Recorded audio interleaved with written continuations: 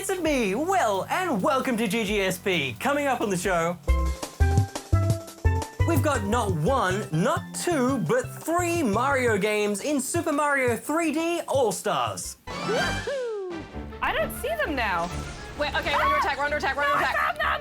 Plus, we cast Rubberendio Chicken Viosa on Spellbreak to see if this magic brawler can cast its spell on us. But let's not waste any time. There's a princess we've got to rescue. They've really got to hire better security at the Mushroom Kingdom. Those toads are useless. Roll the titles.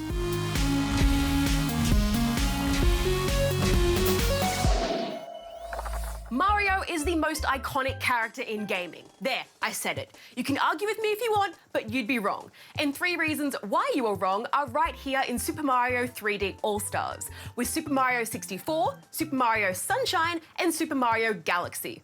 So let's start at the start with Super Mario 64.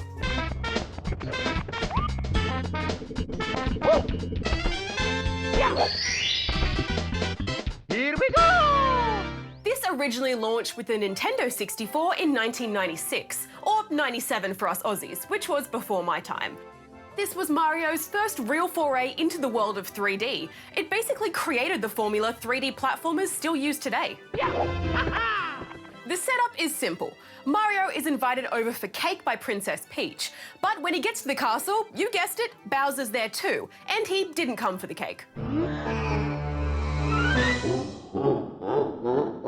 So you run around from room to room, leaping into paintings, which each lead to unique worlds full of stars for you to collect, which in turn will unlock more rooms with more worlds and more stars to find, which will let you eventually take on the big bad Bowser. I think there were a few things that made this game special. Firstly, the controls. Mario's moveset is spot on. I always find myself triple jumping and long jumping all around the levels, even if it's pointless, just because it feels so good to do. The worlds are the real stars though. Each painting you launch into is full of memorable characters and challenges, with little stories that progress within each world.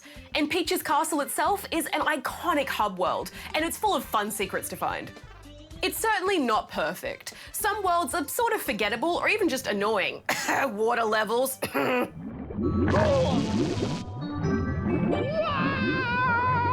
Getting the camera to do what you want is a regular pain in the butt, and Mario has this habit of just taking a step forward rather than turning around.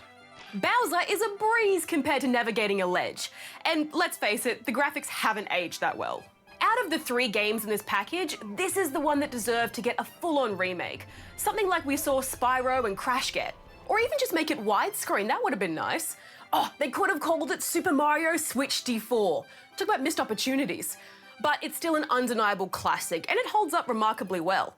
But let's move on now to the follow-up, the GameCube Super Mario Sunshine.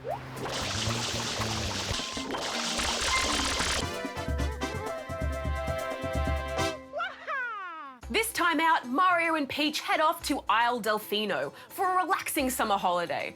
But on arrival, Mario is arrested and blamed for a series of crimes committed by a nefarious-looking doppelganger. Mario? Not the best start to a vacation. So Mario is stuck cleaning up the mess, quite literally. He straps on a sentient water-spraying backpack contraption known as the Flood, which lets him blast away a variety of gunk and goo, as well as hover, or with special nozzles he can find, speed around or launch into the sky. It makes for one of the more unique Mario games for sure. The ability to hover really opens up the levels, and there's always something very satisfying about spraying away muck. I love the bright, sunny setting, and you can tell they really let loose with their creativity with this outing. I mean, you get to fight a 10-story high Mecha Bowser while shooting rockets from a roller coaster. I didn't always love the Flood though. There are a few times where you have to be precise with it, and it's a bit fiddly to aim. Plus, it feels a touch odd in a Mario game in my opinion. You know, leave the weird contraptions to Luigi. And while the levels are great, they do overstay their welcome a smidge. There are far fewer worlds here compared to other Mario games, so you end up spending a lot more time in each one. And there are some real difficulty spikes here too. Don't let the sunny look fool you, this can get real tricky. I swear, I never want to see a watermelon again.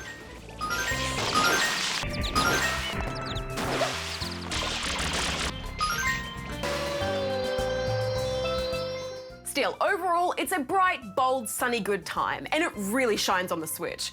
But let's move on now to my favourite game in the collection, Super Mario Galaxy. This, to me, is 3D Mario perfection.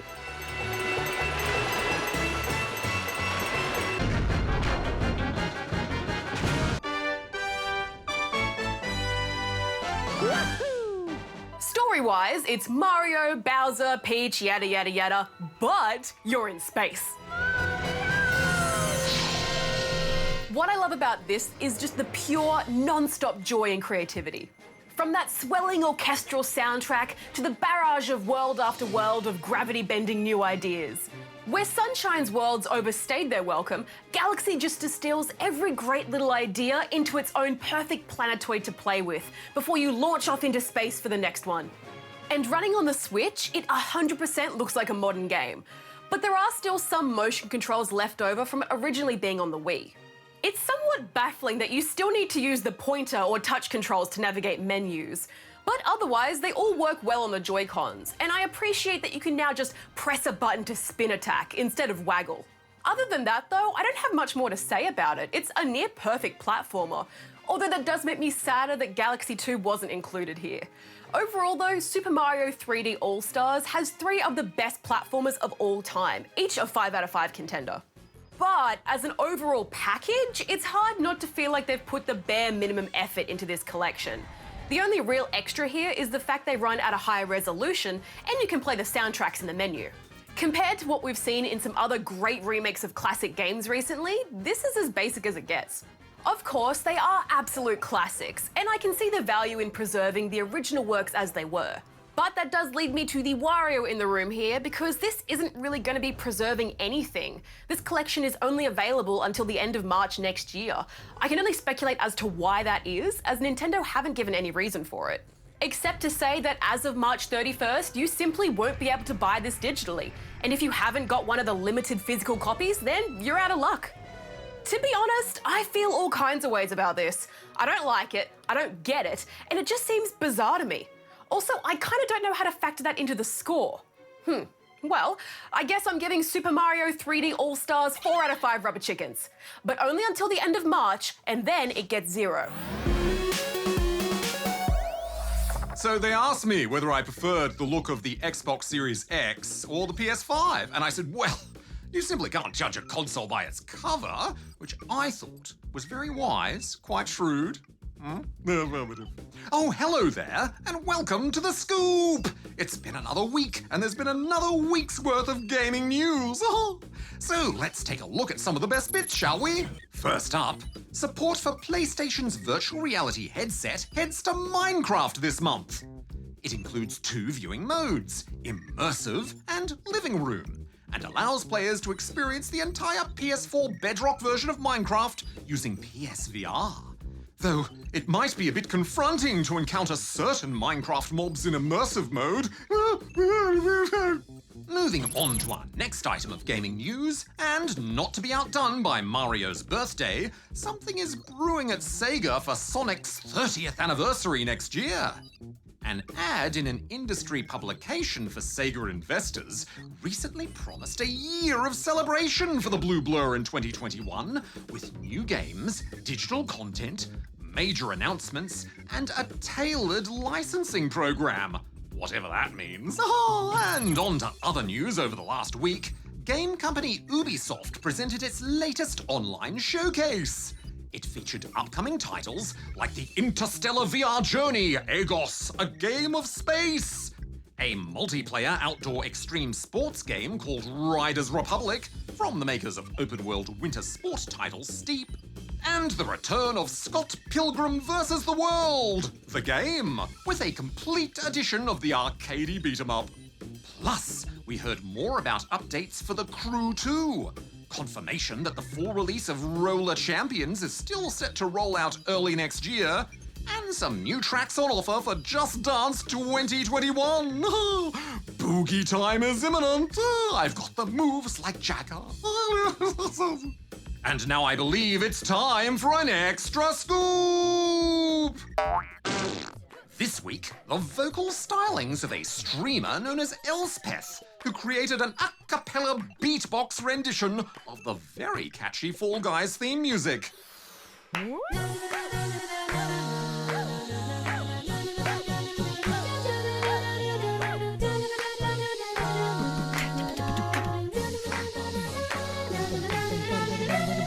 You know, I used to be a bit of a beatbox champion back in the day.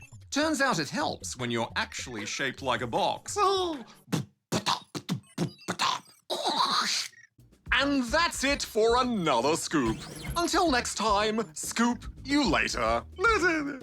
Now, which next-gen console do you think I most resemble? I mean, I admit I have the strong, rectangular, prism-esque silhouette of the Xbox Series X, but I also think I have the futuristic AI charm of the PS5. Spellbreak is a free-to-play battle royale game that has you slinging spells from your magical gauntlets. Similar to other battle royale games, you're dropped into a map with a bunch of other players and fight to be the last person standing. As the game goes on, a storm causes the map to get smaller and smaller, forcing the players closer together.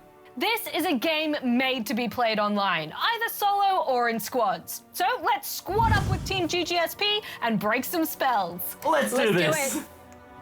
Okay. Let's do it. All right, I've got my toxic glove on. I'm back on electricity because it is the ultimate. I'm still just playing with fire. So this is just the waiting lobby, and I'm gonna come and find you. You can start picking a fight with people early. Let's go to Lux Vault. I quite like Lux Vault. Okay. It's usually fairly quiet, and there's a lot of chests there. Okay, I like quiet. I'm gonna go for that dome and work my way back. There's another team to our northeast, if you just see them fallen. Oh, I see him. They're going to the I don't legendary. see 'em. They're going to the legendary. They're going where I'm going? Yeah. Oh, Yep. Oh, and they're going where I'm going. They're going everywhere. I don't see them now. Wait, okay, we're under attack, we're under attack, we're under I attack. found them! I see him behind you, Rad. I'm coming. I'm not going well.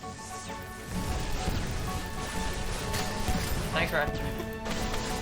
Rad, no! Help me, help me. It's fine, stop moving, it's all right. Thank you. Oh. Let's get rid of these guys. Exile! Bye. Goodbye, we push Get you out. away with our hands. There we go. Oh. Ah, This has gone terribly. Oh, got one. help me. A little ball of light, which is Rad. I'm coming.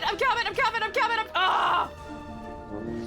There's still a guy on the cliff. Not now, Help Jem. Not me. now. Don't worry about Rad. Help me. Will, help! Help me. us, Will! Now is not Will, the time. help us! I can't help now. It's fine. It's fine. I'm only on 2 health. It's fine. I'm fine. We're all fine here. How are you? And I've walked into my own fire. It's fine. It's not fine. Well, I'm pretty proud of our efforts. Now, we've all been playing quite a bit of this, and I want to know your most and least favorite things. Jem? Well, I'm a sucker for magic, so the variety in the gauntlets had me hooked. They're easily identifiable, so you know what you're looking at from a glance. And I love the combo spells you could do. Do you reckon you can combine the firewall with the toxic ability? Oh, yeah, I reckon so, because aren't they supposed to explode together? Was I pulling them off well? Absolutely not. But I never felt out of my depth, which encouraged me to experiment and find what worked. Plus, using magic is always going to be more fun to me than a bunch of gun-type weapons. However, I did want some more cool skins, because you know me, I'm all about looking good out there on the field. Unlike other free-to-play online competitive games, there's no battle pass with which to unlock cosmetic items. Instead, you can earn or purchase gold to spend on skins. I'll admit I spent a few dollars to get something a teeny bit fancy, but in general there aren't that many cool options. Outfits aside though, I had a lot of fun solo, but it's even better with friends. So I'm giving Spellbreak 4 out of 5 rubber chickens. Nah, Jem, ever the fashionista, I just wasn't a big fan of the game's map. I feel like the sparsity of the map as well, it's less of a problem when there's 3 of you. Like, it feels like you're covering more ground, and it feels like it's less open. It just doesn't feel like it's been designed for strategic play, so fights end up feeling haphazard. I just run around until I find someone, fire off some spells whilst jumping about, and that's it. Admittedly, the idea of centering combat on spells is pretty fun and unique. Being able to chain together spell types to produce more damage and additional effects is brilliant. I'm sure jumping into a fight with a perfectly matched team, we'd be unstoppable. Sadly though, victories often feel like they're awarded to whoever got the first shot in, which again really takes away the thrill of the fight. I'm sure there's strategies to learn here, but I just wasn't that drawn in. It's 3 out of 5 rubber chickens for me. To me, the movement and mobility is really what sets Spellbreak apart. Being able to dash and levitate made for some frantic fights that lasted quite a while. It's almost like it balances out the need to have great aim with the ability to maneuver through a skirmish, and it keeps things exciting and really tense. However, I'm generally not a fan of persistent leveling in online competitive games. Unlocking buffs that your character has access to in new games as you level up can make things feel unfair, because you know that other players may already have better powers than you. I want to start on a totally level playing field, knowing that my run was down to skill and not another player just starting with better buffs than me. But all in all, they are quick and satisfying rounds, and I had a ton of fun. I'm giving Spellbreak 4 out of 5 rubber chickens. Well, good job, team. Yeah, nice work. While we're on the topic though, does anyone know what actually happens when you break a spell? You have to get a new one. I hope you have insurance, because they can be quite expensive. Walked right into that. Just...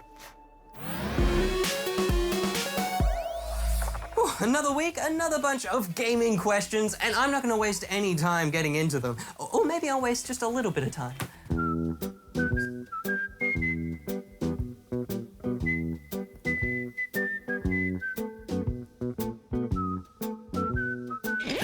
Maybe that's enough time. Let's get into our first question, and this one comes to us from Eli.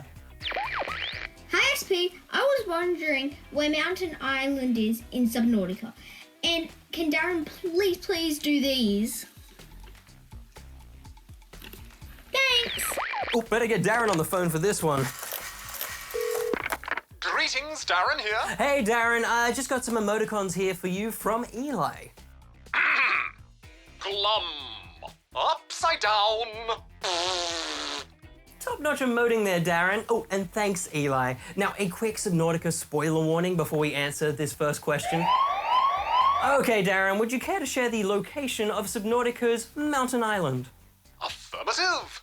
And I'm glad you gave that spoiler alert, Will, because locating this island forms a key part of the game's early story. One of the radio transmissions you'll receive in the first few hours of the game will be a message and coordinates which you'll soon discover will take you to the Mountain Island. As for its actual location, it can be found north of Life Pod 5, which is your first spawn point in the game. Keep an eye out for that big cloud mass on the horizon to the left of the front end of the Aurora. The island is obscured when looking at it from afar, and only becomes clear once you get closer to it. You don't necessarily need a sea moth to get there, but a sea glide at least will make the journey much quicker. End of spoiler warning. Thanks, Darren. Bye. Most welcome. All right, now let's move to our next question, and this one comes to us from Emma, who is on Earth, South Australia. That's weird. Hi GGSP, I have some questions for you. 1. Will any of the Forza Horizon games come to Nintendo Switch? 2. What Doctor Who games are there on the Nintendo Switch? 3. What is your favorite Ori game? Thanks. Thanks, Emma. Now, I'm pretty doubtful about the prospect of the Forza Horizon games coming to the Switch. For ages, that series has been an Xbox and PC exclusive, and it's hard to imagine that changing anytime soon.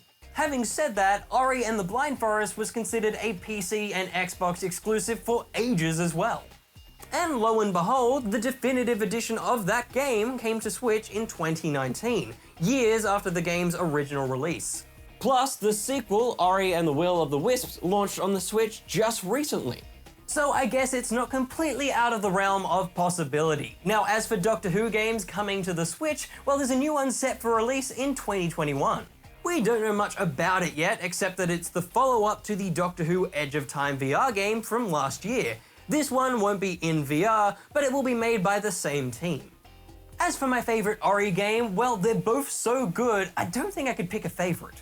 Ori and the Blind Forest's pure creativity is hard to beat. That emotional music, the moving story, it was all so magical.